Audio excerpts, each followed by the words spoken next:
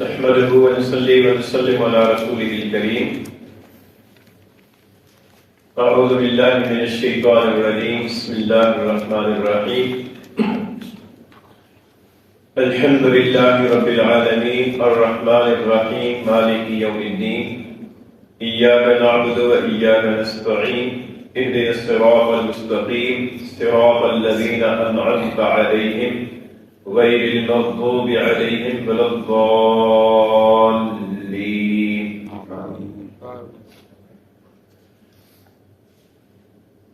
قرآن مجید کی سب سے پہلی سورت سورہ فاتحہ. اوپر آپ دیکھ رہے ہوں گے کہ اوپر لکھا ہے سورۃ الفاتحہ کے مکیۃ وہی سبع آیات. اس میں سب سے پہلا لفظ سورت ہے. جس طریقے سے کوئی کتاب ہوتی ہے اور اس کتاب کو مصنف ابواب پر تقسیم کر کے لکھتا ہے کہ یہ فلاں باب ہے، یہ فلاں باب ہے، پہلا باب، دوسرا باب، اسی طریقے سے قرآن مجید کے اندر 114 صورتیں ہیں.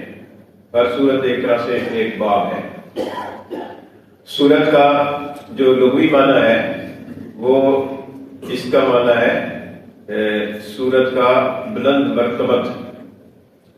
مرتبہ. تو یہ ہر صورت جو ہے انسان کی مرتبے کو بلند کرتی ہے اگر اس صورت کے احکام کی پر عمل کرے تو ایک بلند مرتبے سے دوسرے بلند مرتبے تک انسان پہنچتا ہے. اور صورت کا دوسرا معنی کیا ہے شہر پناہ، کہ جیسے پہلے زمانوں کے اندر شہر کے آس پاس فصیل بنی ہوتی تھی تو اس کو صورت کہا جاتا تھا. تو یہ صورت اس معنی کا ہے کہ جو بھی صورت ہے اپنے تمام مضامین اور احکام کا احاطہ کیے ہوئے ہیں. اس اعتبار سے اس کو صورت کہتے ہیں. اگلا لفظ ہے فاتحہ. فاتحہ فتح سے نکلا ہے، فاتحہ، اور فتح کا معنی کھولنا ہوتا ہے. فاتحہ کا معنی کھولنے والی.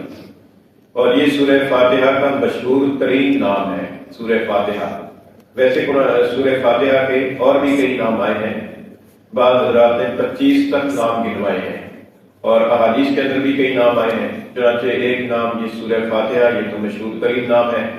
اور اس کے علاوہ اس سورت کا نام سورہ شفا بھی ہے، اس لیے کہ حدیث میں آتا ہے کہ سورہ فاتحہ کے اندر موت کے سوا ہر بیماری سے شفا ہے. اس کا نام سورہ شفا بھی ہے. اور اس سورت کا نام ام الکتاب بھی ہے کیونکہ یہ پوری کتاب یعنی قرآن مجید کا خلاصہ ہے اور پورے قرآن مجید کا ایک اصل ہے، متن ہے، اور پورا قرآن مجید بقیہ اس کی شرح ہے. اسی طریقے سے اس کا ایک نام حدیث شریف کے اندر سبع مثانی بھی آیا، بلکہ قرآن مجید کے اندر بھی آیا ہے. اللہ تعالیٰ نے فرمایا کہ وَلَقَدْ آتَيْنَاكَ سَبْعًا مِنَ الْمَثَانِي وَالْقُرْآنِ الْعَظِيمِ، کہ بے شک ہم نے آپ کو سبع مثانی عطا کی ہے. سبع کہتے ہیں 7 کو اور مثانی کہتے ہیں بار بار دہرائی جانے والے. تو چونکہ یہ 7 آیات کریمہ ہیں جن کو بار بار دہرایا جاتا ہے، ہر نماز کی ہر رکعت کے اندر پڑھا جاتا ہے، اور ویسے بھی انسان اس کو پڑھتا رہتا ہے، اور تقریباً ہر مسلمان کو یہ صورت یاد ہوتی ہے اور ہر مسلمان اس صورت کو پڑھتا ہے. اس صورت کا نام ایک سبع مثانی بھی ہے. اسی طریقے سے اس صورت کا نام جو ہے وہ فاتحۃ الکتاب بھی ہے، فاتحۃ القرآن بھی ہے، ام الکتاب بھی ہے، ام القرآن بھی ہے. کافیہ بھی اس کا نام آیا ہے، اس کا ایک نام وافیہ بھی آیا ہے، اور اس کا ایک نام کنز بھی آیا ہے. تو یہ مختلف طرح کے نام مفسرین نے اس کے ذکر فرمائے ہیں. اور اسی صورت کو الحمد شریف بھی کہا جاتا ہے. الحمد بھی اس صورت کا ایک نام ہے. تو یہ سورہ فاتحہ کا ایک مشہور تر نام ہے. سورہ فاتحہ قرآن مجید کی پہلی صورت ہے ترتیب کے اعتبار سے، یعنی ترتیب سے اعتبار سے اگر قرآن مجید کو کھولا جائے تو سب سے پہلی جو صورت آتی ہے وہ سورت فاتحہ آتی ہے. اور اس کو جو شروع کے اندر جو کلام ہوتا ہے کسی کتاب کے شروع میں، اس کو دیباچہ کہا جاتا ہے. تو یہ فاتحہ جو ہے یہ قرآن مجید کا دیباچہ ہے، اس سے قرآن مجید کھلتا ہے. اور سورہ فاتحہ نزول کے اعتبار سے بھی پہلی صورت ہے، اگرچہ اس سے پہلے آیات کریمہ نازل ہوئی ہیں. سورہ علق کی آیات نازل ہوئی، سورہ مزمل کی آیات نازل ہوئی، سورہ مدثر کی آیات نازل ہوئی، لیکن مکمل صورت سب سے پہلے یہی نازل ہوئی ہے. اس سے پہلے کوئی مکمل صورت نازل نہیں ہوئی. اس اعتبار سے یہ نزول کے اعتبار سے بھی سب سے پہلی صورت ہے اور ترتیب کے اعتبار سے بھی یہ سب سے پہلی صورت ہے سورہ فاتحہ. آگے لفظ ہے مکیہ. مکیہ جو ہے یہ قرآن مجید کی تمام صورتوں کی 2 قسمیں ہیں اور دو قسموں کے اندر یہ تقسیم ہے، ایک مکی صورت کہلاتی ہے اور دوسری مدنی صورتیں کہلاتی ہیں۔ مکی صورتیں 87 شمار کی گئی ہیں اور مدنی صورتیں 27 شمار کی گئی ہیں، تو یہ کل ملا کر 114 صورتیں بنتی ہیں۔ اور مکی صورتیں وہ کہلاتی ہیں کہ جو حضور اقدس صلی اللہ علیہ وسلم کے مکہ کے اندر قیام کے دوران نازل ہوئی ہیں۔ یہ ضروری نہیں ہے کہ عین مکہ کے شہر کے اندر نازل ہوئی ہوں، بلکہ مکہ شہر کی حدود سے باہر بھی کئی صورتیں نازل ہوئی ہیں، لیکن وہ چونکہ قیام مکہ کے دوران نازل ہوئی ہیں اس لیے ان صورتوں کو مکی کہا جاتا ہے۔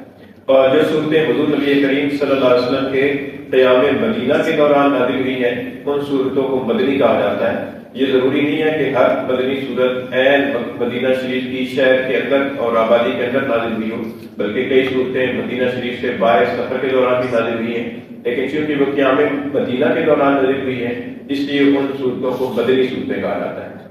اور ان دونوں صورتوں کے درمیان حد فاصل جو ہے وہ حضور نبی کریم صلی اللہ علیہ وسلم کی ہجرت ہے۔ کہ حضور صلی اللہ علیہ وسلم کے مکہ سے مدینہ کی طرف ہجرت فرمانے سے پہلے جو صورتیں نازل ہوئی ہیں وہ قیام مکہ کی دوران کی صورتیں ہیں، وہ مکی صورتیں ہیں، اور جو حضور صلی اللہ علیہ وسلم کے مکہ سے مدینہ کی طرف ہجرت کے بعد نازل ہوئی ہیں وہ قیام مدینہ کی صورتیں ہیں اور وہ مدنی صورتیں کہلاتی ہیں۔ سورہ فاتحہ مکی ہے۔ بعض حضرات نے فرمایا کہ سورہ فاتحہ کا نزول 2 مرتبہ ہوا ہے، ایک مرتبہ قیام مکہ کے دوران اور دوسری مرتبہ قیام مدینہ کے دوران، لیکن نسخوں کے اندر عام طور پر یہی ہے کہ یہ سورت مکی ہے، سورہ فاتحہ مکی۔ اس کے بعد آگے 7 آیات لکھا ہے۔ 7 کا معنی 7 کے ہوتا ہے، اور اس سے سورتوں کی آیات کے بارے میں بتایا جاتا ہے کہ سورتوں کی آیات کتنی ہیں، کیونکہ سورہ فاتحہ کی آیات 7 ہیں اس لیے 7 فرمایا۔ اور آیات جو ہے یہ آیت کی جمع ہے۔ آیت جو ہے یہ کسی سورت کے مختصر ترین فقرے کو کہا جاتا ہے۔ قرآن مجید کے اندر کئی آیات کریمہ بہت لمبی بھی ہیں، سب سے لمبی آیت کریمہ سورہ بقرہ کے اندر ہے 3 پارے میں، اور کئی آیتیں جو ہے وہ بہت مختصر بھی ہیں، جیسے سورہ مدثر کے اندر آیت مختصر ہے ثم نظر، اور بھی کئی آیتیں بہت مختصر ہیں۔ کئی آیت کریمہ جو ہے نا وہ ایک لفظ کی پڑھی شامل ہیں، جیسے الف لام میم سورہ بقرہ کے اندر یہ ایک لفظ ہے، 3 حرف ہے اور یہ ایک آیت ہے۔ تو آیت کریمہ جو ہے یہ سورت کا ایک مختصر ترین جو فقرہ ہوتا ہے اس کو آیت کہا جاتا ہے۔ اور پھر ایک تقسیم جو ہے نا وہ رکوعات کی ہے، کہ قرآن مجید کی تمام صورتوں کے اندر رکوع بنا ہوا ہے، عین لکھا ہوا ہے، اور اس کے اوپر اور نیچے اور درمیان میں کچھ لکھا ہوتا ہے۔ تو یہ دراصل رکوع جو ہے نا وہ قرآن مجید کی آیات کریمہ کی ایسی اس کو کہتے ہیں مقدار کو کہتے ہیں، اتنی آیات کی مقدار کو کہ جتنی مقدار کی آیات پڑھنے کے بعد آدمی نماز کے اندر رکوع کر رہے ہیں، تو اس لیے اس کو رکوع بھی کہا جاتا ہے۔ اور اس کے آخر میں جا کر عین کی نشانی بنا دیتے ہیں، اور اس کے اوپر جو ہے نا وہ صورتوں کی آیات، اس کے اوپر جو ہے نا وہ رکوع کا جو سورت کا رکوع ہے اس کا نمبر، اور نیچے پارے کا جو رکوع ہے اس کا نمبر، درمیان میں رکوع کے اندر جتنی آیات ہیں وہ آیات لکھ دی جاتی ہیں کہ اس رکوع کے اندر اتنی آیات ہیں۔ اور یہ تقریباً ہر جو بڑی صورت ہے اس کے اندر تو رکوع کئی ہیں، اور بعض چھوٹی صورتیں ہیں جیسے 3 آیات کی صورت سورہ کوثر ہے، اس کو بھی ایک ہی رکوع قرار دیا گیا ہے۔ تو یہ رکوعات کی بھی تقسیم ہے۔ اور یہ جو مکی مدنی کی تفسیر ہے اس کے اندر بعض اوقات مدنی صورتوں کے درمیان میں مکی آیات بھی شامل ہیں، اور بعض اوقات مکی صورتوں کے درمیان مدنی آیات بھی، اور اس لیے کہ حضور نبی کریم صلی اللہ علیہ وسلم کی پر قرآن مجید تھوڑا تھوڑا کر کے نازل ہوتا تھا، تو جب آیات کریمہ نازل ہوتی تھی تو آپ صلی اللہ علیہ وسلم فرما دیتے تھے کہ ان آیات کریمہ کو فلاں صورت میں فلاں آیتوں کے بعد رکھا جائے۔ تو بعض اوقات جو ہے نا وہ کسی صورت کی آیتیں جو ہے نا وہ کچھ پہلے نازل ہو گئی اور کچھ بعد میں نازل ہوئی، لیکن وہ حضور صلی اللہ علیہ وسلم کی بتائی ہوئی ترتیب کے مطابق رکھی گئی، اس لیے بعض اوقات کئی آیتوں کے بارے میں اختلاف بھی ہو جاتا ہے، اور کئی دفعہ یہ بھی ہوتا ہے کہ سورت پوری مکی ہے لیکن اس کے اندر فلاں فلاں آیتیں مدنی ہیں، یا سورت مدنی ہے اور اس کے اندر فلاں فلاں جو آیتیں ہیں وہ مکی ہیں، تو یہ تفسیر بھی اس کے اندر چلتی ہے۔ تو یہ لکھا ہے کہ سورۃ الفاتحہ کی مکی ہے، اور یہ سب آیات کہ سورہ فاتحہ مکی صورت ہے، دوران قیام مکہ کے دوران نازل ہوئی، اور اس کے اندر 7 آیات کریمہ ہیں۔ سورہ فاتحہ کے بارے میں حدیث شریف کے اندر بہت زیادہ فضائل بھی وارد ہوئے ہیں، اس کی خصوصیات بھی نازل ہوئی ہیں۔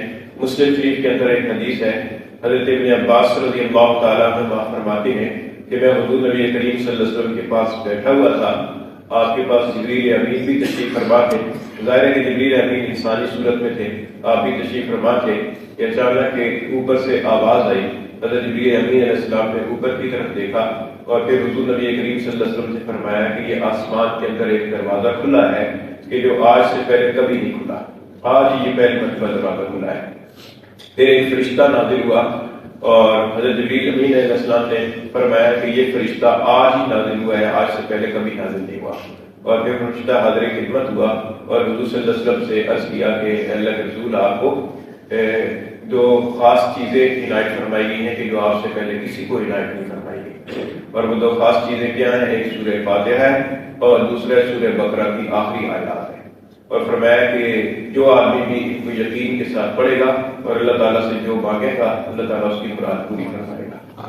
تو یہ خصوصی طور پر یہ سورہ فاتحہ جو ہے اس طریقے سے اس کا نزول ہوا ہے اور اس کی فضیلت بیان فرمائی گئی ہے. اور ایک مسئلہ بسم اللہ کا ہے. اعوذ باللہ کے بارے میں تو کل کے درس کے اندر آپ کے سامنے عرض کیا تھا, اور اعوذ باللہ جو ہے قرآن مجید کی نسخوں کے اندر لکھا ہوا نہیں ہوتا, یہ ویسے ہی حدیث شریف کے اندر آیا ہے اور اس کی تلقین کی گئی ہے. اور تلاوت سے پہلے اعوذ باللہ پڑھنا سنت ہے اور بسم اللہ پڑھنا بھی سنت ہے. اور اعوذ باللہ جو ہے یہ قرآن پاک کی تخصیص ہے کہ صرف قرآن مجید کی تلاوت کے وقت اعوذ باللہ پڑھنے کا حکم ہے, باقی کسی اور موقع پر اعوذ باللہ پڑھنے کا حکم نہیں ہے. بعض لوگ وضو کے وقت بھی اعوذ باللہ اور بسم اللہ پڑھتے ہیں. اعوذ باللہ پڑھنا وضو کے شروع میں سنت نہیں ہے, بسم اللہ پڑھنا سنت ہے. اس طریقے سے بعض لوگ کھانا کھانے سے پہلے اعوذ باللہ بسم اللہ پڑھتے ہیں. اعوذ باللہ پڑھنا کھانا کھانے سے پہلے بھی سنت نہیں ہے, بسم اللہ سنت ہے. تو قرآن مجید کے نسخوں کے اندر بھی اعوذ باللہ کے کلمات لکھے ہوئے نہیں ہیں, ہاں بسم اللہ کے کلمات لکھے ہوئے ہیں. بسم اللہ کے بارے میں چند مسائل ہیں. ایک مسئلہ یہ ہے کہ بسم اللہ جو ہے یہ قرآن مجید کی آیت ہے یا نہیں ہے.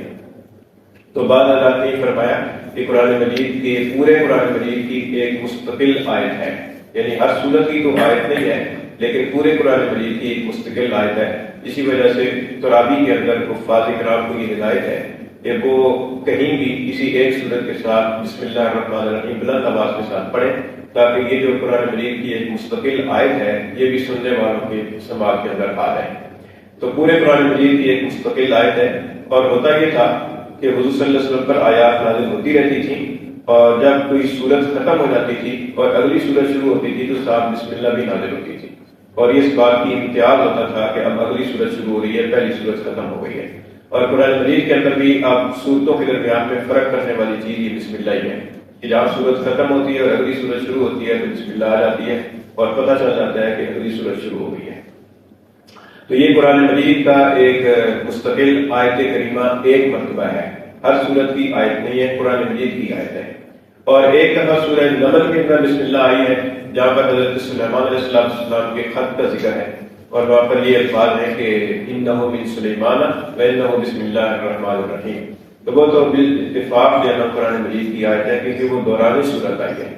اور ایک مسئلہ اس میں یہ ہے کہ سورہ برات کی شروع کے اندر بسم اللہ نہیں لکھی گئی, اور اس کی وجہ یہ لکھتے ہیں کہ یہ صحابہ کے درمیان کے درمیان میں یہ بات طے نہیں ہو سکی, اور حضور نبی کریم صلی اللہ علیہ وسلم کا مثال ہو گیا اور آپ سے پوچھا نہیں جا سکا کہ سورہ انفال اور سورہ توبہ یہ ایک ہی صورت ہے یا الگ الگ صورتیں ہیں. تو اس لیے احتیاط کے طور پر سورہ برات کو لکھا تو الگ جاتا ہے انفال سے جدا کر کے, لیکن درمیان میں بسم اللہ نہیں لکھی جاتی. تو دونوں چیزوں کی رعایت کی گئی ہے کہ ہو سکتا ہے کہ یہ سورہ توبہ اور برات جو ہے یہ سورہ انفال کا حصہ ہو, اور ہو سکتا ہے کہ الگ صورت ہو. اور حکم بھی یہی ہے کہ اگر انسان تلاوت کرتا جا رہا ہے اور دوران تلاوت ہی سورہ برات شروع کر رہا ہے تو پھر بسم اللہ پڑھے بغیر ہی سورہ برات شروع کرے گا سورہ توبہ. اور اگر سورہ توبہ ہی سے تلاوت کا آغاز کر رہا ہے تو پھر اعوذ باللہ کے ساتھ بسم اللہ بھی پڑھے گا, وہ بسم اللہ تلاوت کی شروع کے اندر ہوگی. تیسرا مسئلہ یہ ہے کہ بسم اللہ جو ہے یہ سورہ فاتحہ کا جز ہے یا نہیں. اس کے بارے میں بھی ائمہ کرام کا اختلاف ہے. بعض ائمہ یہ فرماتے ہیں کہ بسم اللہ سورہ فاتحہ کا جز ہے, سورہ فاتحہ کی ایک آیت ہے. چنانچہ امام شافعی رحمۃ اللہ علیہ کا مسلک یہ ہے کہ بسم اللہ الرحمن الرحیم سورہ فاتحہ کی ایک آیت ہے, اور اس کو ملا کر وہ سورہ فاتحہ کی 7 آیات شمار کرتے ہیں. جبکہ امام ابو حنیفہ رحمۃ اللہ علیہ اور امام مالک رحمۃ اللہ علیہ کا مسلک یہ ہے کہ بسم اللہ الرحمن الرحیم سورہ فاتحہ کی آیت نہیں ہے. اور یہی وجہ ہے کہ جب نمازوں کے اندر تلاوت کا آغاز کیا جاتا ہے تو الحمدللہ رب العالمین سے شروع کیا جاتا ہے، بسم اللہ سے شروع نہیں کیا جاتا۔ اور حدیث میں آتا ہے کہ حضور نبی کریم صلی اللہ علیہ وسلم نے اپنی قرات کا آغاز الحمدللہ سے شروع فرماتے تھے۔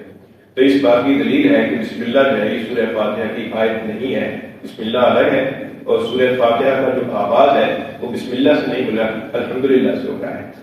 اس اعتبار سے یہ تیسرا اس کے اندر بھی مسئلہ ہے۔